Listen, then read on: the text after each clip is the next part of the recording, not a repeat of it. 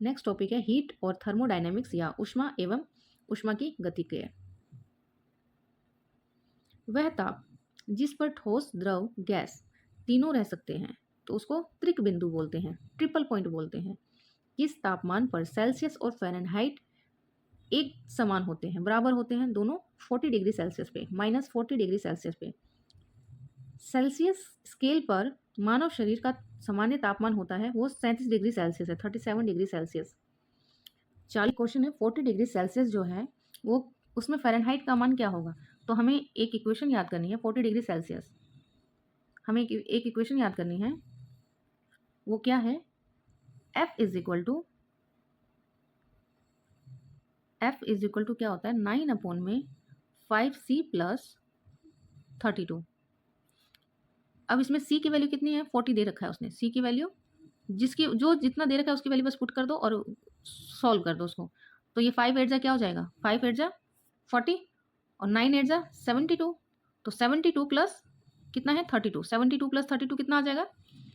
104, मतलब 104। तो यही क्वेश्चन दिया हुआ था इसमें। ये 104 कैसे आया, समझ में आया? तो हमें यही बस इक्वेशन याद रखनी है। अब जिसकी वैल्यू पूछेगा उसकी वैल्यू पुट कर देनी है। F is equal to 9/5C plus में 32। C की वैल्यू बोला है तो C पुट कर देंगे। यहाँ पे 40 डिग्री सेल्सियस, मतलब C की वैल्यू दिया हुआ है तो C की जगह 40 रख देंगे। और आगे ये 50 डिग्री दिया हुआ है C की जगह, तो C की जगह 50 रखेंगे। तो ये सोल्यूशन है, मैं बस इतना ही बताना चाह रही थी। ठीक है। और कई ऐसे क्वेश्चन हैं जो कि इसमें मुझे फटाफट पढ़ना पड़ेगा क्योंकि एग्ज़ाम करीब है आप लोगों के। जितना मैं समझा सकती हूँ इसमें समझा दूंगी। आगे क्वेश्चन क्या है कि ठंड के मौसम में जो लोहा होता है वो ठंडा होता है, और जबकि जो लकड़ी होता है वो लोहे के कंपेयर में कम ठंडा होता है। तो इसका रीज़न पूछा हुआ है। ऐसा क्यों? क्योंकि जो लोहा होता है वो ऊष्मा का अच्छा चालक होता है। ठीक है। आयरन जो होता है वो गुड कंडक्टर ऑफ हीट होता है। तेज हवा वाली रात्रि में ओस नहीं बनती। ऐसा क्यों होता है भाई? तेज हवा है तो क्या होगा? जो वाष्पीकरण की दर है, इवेपोरेशन की जो दर है वो बहुत ही ज़्यादा तेज होगी। कमरे को ठंडा की, जो कमरा में कूलिंग होता है वो किसकी वजह से होता है? क्योंकि जो कंप्रेस्ड गैस है, संपीड़ित गैस है, उसको छोड़ने की वजह से कमरा में कूलिंग बहुत जल्दी हो जाता है। गर्म गैस, गर्म मौसम में पंखा चलाने से हमें बहुत ही अच्छा लगता है, आराम महसूस होता है हमें। क्यों होता है? क्योंकि हमारा पसीना तेजी से वाष्पीकृत होता रहता है। प्रेशर कुकर में खाना जल्दी बन जाता है, क्या कारण है? क्योंकि जो टेम्परेचर और प्रेशर दोनों हाई होता है उच्च दाब और उच्च ताप की कम वजह से। कमरे में रखा रेफ्रिजरेटर, अगर हम रेफ्रिजरेटर को खोल देते हैं तो कमरे का जो टेम्परेचर है वो क्या हो जाएगा? थोड़ा सा गर्म हो जाएगा, कम नहीं होगा, बढ़ ही जाएगा बल्कि। यदि रेफ्रिजरेटर के दरवाजे सेम है कि खोल दिया जाए तो टेम्परेचर कमरे का बढ़ जाएगा। कुकिंग ताप पर रहने वाला क्लोरीन युक्त कृत्रिम स्वीटनर, जिसका रूप स्वाद शक्कर की तरह होता है, उसकी प्रकृति क्या होती है? बिल्कुल सुक्रोज की तरह होता है वो, सुक्रोज की तरह। स्टीम इंजन किस पे काम करता है? ऊष्मा पे। नेक्स्ट टॉपिक है हमारा वेव या मौसम। लॉन्गिट्यूडिनल वेव का एग्जाम्पल क्या है? Sound wave. जो साउंड वेव ध्वनि तरंग होती है वो अनुदैर्ध्य तरंग होती है। और लॉन्गिट्यूडिनल वेव क्या है? Sound wave. उल्टा सीधा करके वही क्वेश्चन आया हुआ है। कॉस्मिक किरणें क्या है? कॉस्मिक किरणें पर क्या है? आवेशित कण होता है या पार्टिकल जो है चार्ज होते हैं। और इसमें बोल रहा है सक्सेसिव क्रेस्ट या सक्सेसिव थ्रोट, इसके बीच की दूरी को क्या बोलते हैं? वेवलेंथ बोलते हैं। ये है ना, ऐसे वेवलेंथ होता है ना, इसको ये सक्सेसिव क्रेस्ट या सक्सेसिव थ्रेस्ट, इसके बीच की दूरी को क्या बोलते हैं? वेवलेंथ बोलते हैं। विद्युत चुम्बकीय तरंगों का वेग कितना होता है? 3 × 10⁸ मीटर पर सेकेंड। आंतों के रोगों के निदान के लिए हम किस किरण का यूज करते हैं? एक्सरे किरण का यूज करते हैं। और ध्वनि की तीक्ष्णता निर्धारित की जाती है किसमें?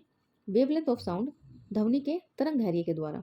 100 डेसिमल जो शोर होता है वो क्या कहते हैं? 100 डेसिमल को क्या बोलते हैं? एक शोरगुल बोल सकते हैं, मशीन का शोरगुल। 100 डेसिमल का मतलब शोरगुल होता है। जो ऑडियोमीटर होता है, ऑडियोमीटर, वो क्या नापता है? वो इंटेंसिटी ऑफ साउंड, ध्वनि की तीव्रता मापता है, इंटेंसिटी मापता है। आधुनिक टेलीफोन का उपयोग करता है क्या? आधुनिक टेलीफोन किसका उपयोग करता है भाई? रेडियो वेव्स का यूज़ करता है, रेडियो तरंग का। घड़ी में समय मापने के लिए क्या होता है? Quartz crystal, quartz crystal. बिल्ली के सुनने की जो फ्रीक्वेंसी होती है, आवृत्ति होती है, कितनी होती है? 45 हर्ट्ज से 64 किलो हर्ट्ज। ध्वनि का वायु में वेग कितना होता है? जो ध्वनि की स्पीड है साउंड की वो एयर में कितनी है?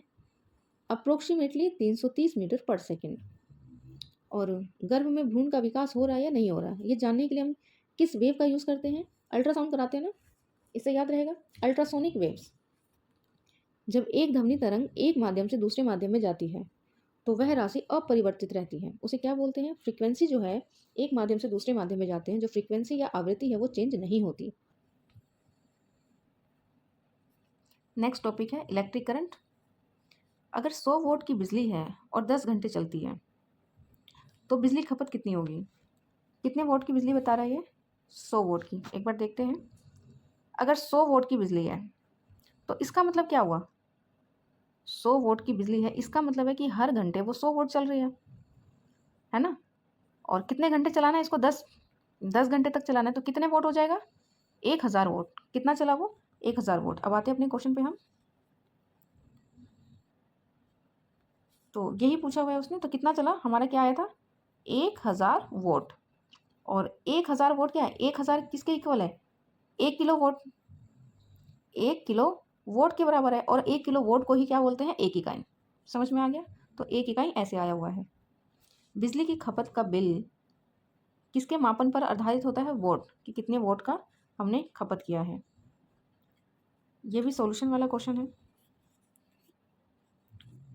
और नेक्स्ट क्वेश्चन है डायनोमो। जो डायनोमो होता है वो क्या कार्य करता है? यांत्रिक ऊर्जा को विद्युत ऊर्जा में बदलता है। यांत्रिक ऊर्जा को विद्युत ऊर्जा में, मतलब मैकेनिकल एनर्जी को इलेक्ट्रिकल एनर्जी में कन्वर्ट करता है डायनोमो। टरबाइन और डायनोमो से बिजली कैसे मिलती है? टरबाइन और डायनोमो से ये किस प्रकार से विद्युत ऊर्जा को कन्वर्ट करता है? तो ये टरबाइन जो होता है वो मैकेनिकल एनर्जी को इलेक्ट्रिकल एनर्जी में कन्वर्ट करता है, क्योंकि टरबाइन वगैरह में क्या करते हैं? बिजली बनाते हैं ना, तो बिजली बनाने से पहले उसमें पानी फेंकना पड़ता है, तो मैकेनिकल एनर्जी को इलेक्ट्रिकल में कन्वर्ट करता है। जब विद्युत ऊर्जा गति में परिवर्तित होती है तब ऊष्मा की कोई हानि नहीं होती। अब मैं स्पीड से पढ़ूंगी।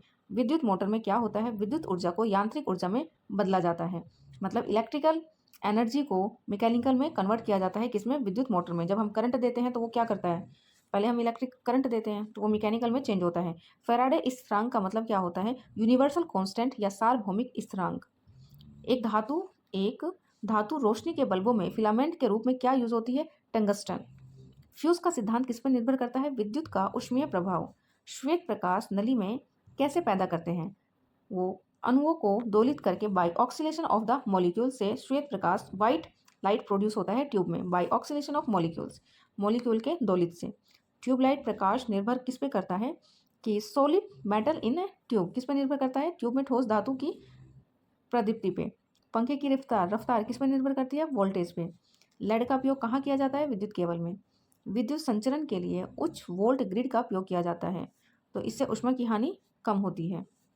एक सुचालक को दूसरे चार्ज किए गए चालक के पास बिना संपर्क में लाए चार्ज किया जाता है, तो इसे क्या बोलते हैं? इंडक्शन। क्या बोलते हैं? प्रेरण। इंडक्शन बोलते हैं। बिना कांटेक्ट में लाए चार्ज किया जाता है। नेक्स्ट टॉपिक आ गए हम, कंडक्टिविटी या चालकता। एक संवाहक के तापक्रम परिवर्तन के कारण इनमें विभव परिवर्तन होता है, तो इस घटना को क्या बोलते हैं?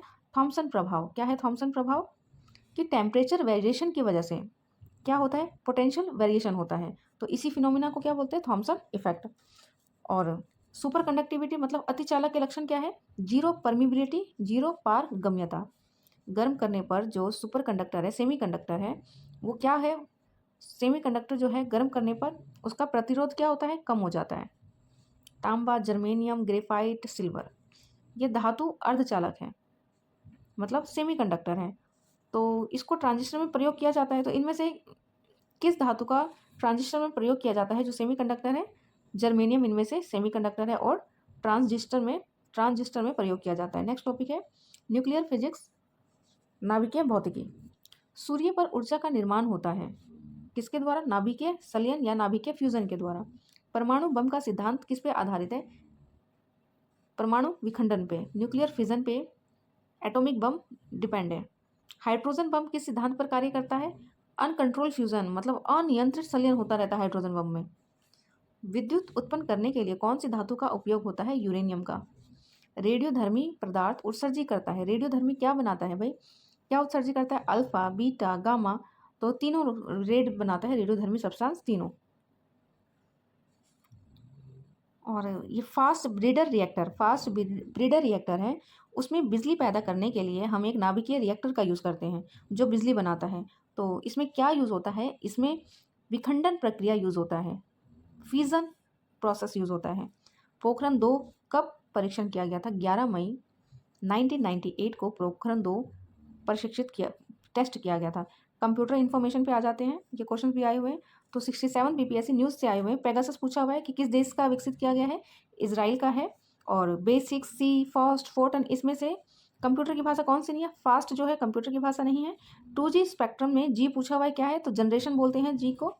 और ये अंतरिक्ष प्रौद्योगिकी में एक बार देख लेते किस तरह के क्वेश्चन आते, थोड़ा सा आइडिया लग जाएगा। पहला आदमी जो चांद पर अपना पैर रखा नील आर्मस्ट्रांग है। इनसेट 2A कब छोड़ा गया था? 10 जुलाई 1992 को। ये करंट वाला ज़्यादा करेंगे हम, मैं बस दिखा देती हूँ। जो चंद्रयान 2 है वो कौन से राज्य से छोड़ा गया था? आंध्र प्रदेश से छोड़ा गया था। इसरो और CNES ये संयुक्त समुद्री निगरानी हिस्सा किया था। तो CNES किसका है? CNES ये फ्रांस का है। आर्कटिक जलवायु में निगरानी के लिए अपना पहला उपग्रह आर्टिका M किसका है? ये आर्कटिक जलवायु में निगरानी के लिए ये रूस का है। किस रॉकेट वाहन ने इसरो से GSAT-6 सैटेलाइट सफलतापूर्वक लॉन्च किया था? तो GSLV FF ये 63 में। ये अभी के लिए नहीं करना है हमें, अभी के लिए हमें बस मैं इसलिए दिखा रही हूँ कि करंट किस तरह के आ रहे हैं। उपग्रह का उपयोग किस लिए किया जाता है? कम्युनिकेशन के लिए किया जाता है और मौसम विज्ञान विभाग के लिए किया जाता है। डिफेंस टेक्नोलॉजी से किस तरह के आए हुए हैं? ये सारे करंट बेस्ड आएंगे। ऊपर से आप देख लो कि आप करंट बेस्ड पढ़ोगे तो आपके दिमाग के सारे चौक से खुल जाएंगे कि कैसा क्वेश्चन आएगा। रुद्रम पूछा हुआ था कि रुद्रम क्या था? तो ये भारत की पहली स्वदेशी एंटी रेडिएशन मिसाइल है। याद रखना, रुद्रम क्या है? Anti radiation missile.